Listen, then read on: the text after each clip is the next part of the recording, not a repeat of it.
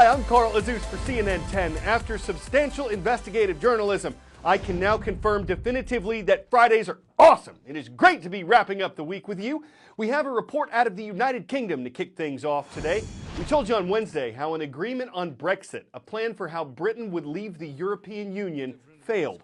The deal was made between the EU and the administration of British Prime Minister Theresa May, but it needed to be approved by Britain's Parliament first, and British lawmakers voted against it.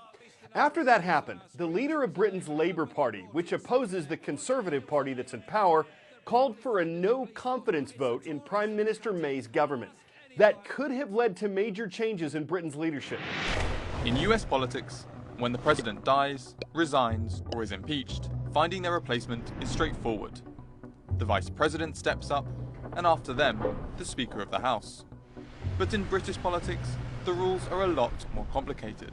A Prime Minister can resign, but in the UK, if Parliament or their own MPs are unhappy with their leadership, they can also be forced out. During World War II, even Winston Churchill survived 2 so-called votes of no confidence from Parliament over his management of the war. And almost 50 years later, Margaret Thatcher was ousted from office by disgruntled MPs in her own party, and she chose to resign. In the UK, a PM's own political party chooses their successor, and each has a different way of doing that. Conservative MPs elect 2 candidates from a choice of MPs who put themselves forwards. Then, the public membership of the party votes for the winner. However, most Brits aren't registered members of a political party. Unlike the Conservatives, in the Labour Party, once candidates are endorsed by Labour parliamentarians, registered members from the general public have as much say as politicians. Members vote, and if one candidate wins 50% of the ballots, then they win the election. If no one does, then the least popular candidate is eliminated, and voters' second preferences are considered, until one candidate holds 50% of the votes. This allows unexpected choices for party leader, like Jeremy Corbyn, a far-left candidate. He was elected to head Labour in 2015 after a groundswell of popular support.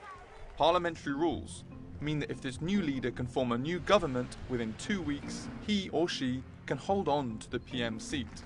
This is how Theresa May came to power after David Cameron resigned in 2016. But before they officially become PM, the royal family has to have a say. This is the United Kingdom, after all. The Prime Minister serves at the pleasure of the monarch. So before the PM can move into number 10 Downing Street, the official residence, they pop by Buckingham Palace to request the Queen's blessing to form an official government. And with that, the UK has a new PM. But the vote held in the British government on Wednesday confirmed that May still has the confidence of lawmakers. In December, she won a confidence vote within her own Conservative Party. This week, the bigger House of Commons, which includes hundreds more lawmakers from several more parties, voted in favor of Prime Minister May's government staying in power. The count was 325 to 306. The nation's leader still has the immense challenge of figuring out Brexit, but she also gets to keep her job as the person to do it and to lead Britain. 10-second trivia. Patriot, Stinger, and Tomahawk are all names of what? Military missions, missiles, modeling agencies, or monster trucks? All of these are the names of missiles used by the U.S. military.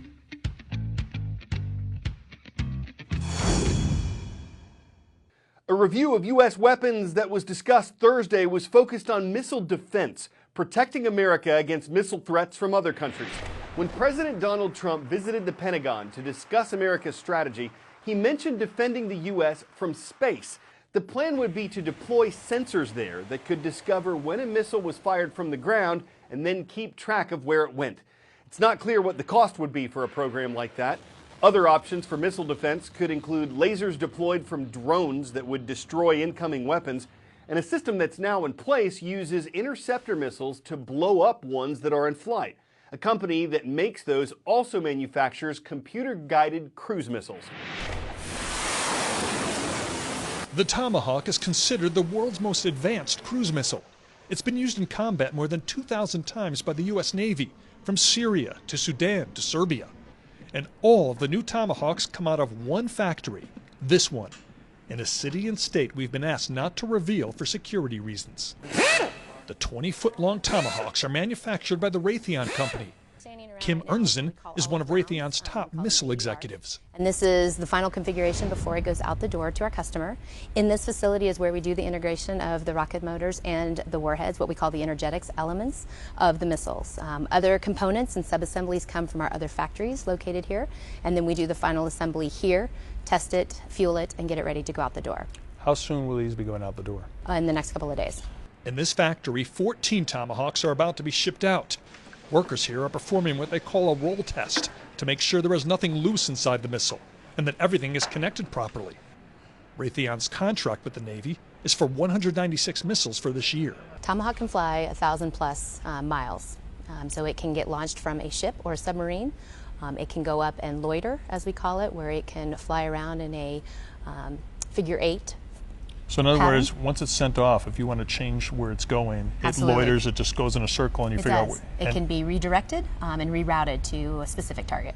The Tomahawk has been around since the 1980s, but this is the newest version of the missile, manufactured since 2004. It can be used for up to 30 years, and Tomahawks that haven't been used come back after 15 years for recertification and upgrades. So this is the rocket motor that launches it out of the vertical launch system.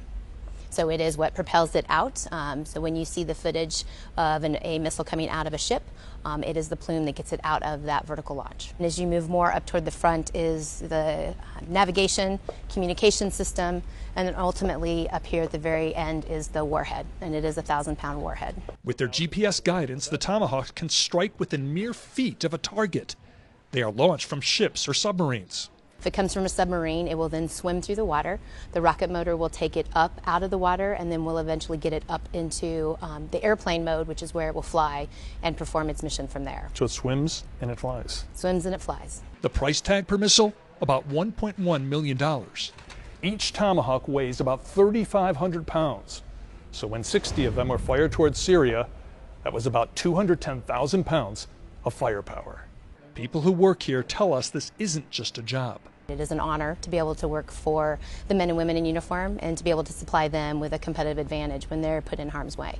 And that's what we do. We make sure that they have an unfair advantage out in theater. So that's what you said, that this gives the U.S. military an unfair advantage. Absolutely. And we want to keep it that way. Gary Tuchman, CNN.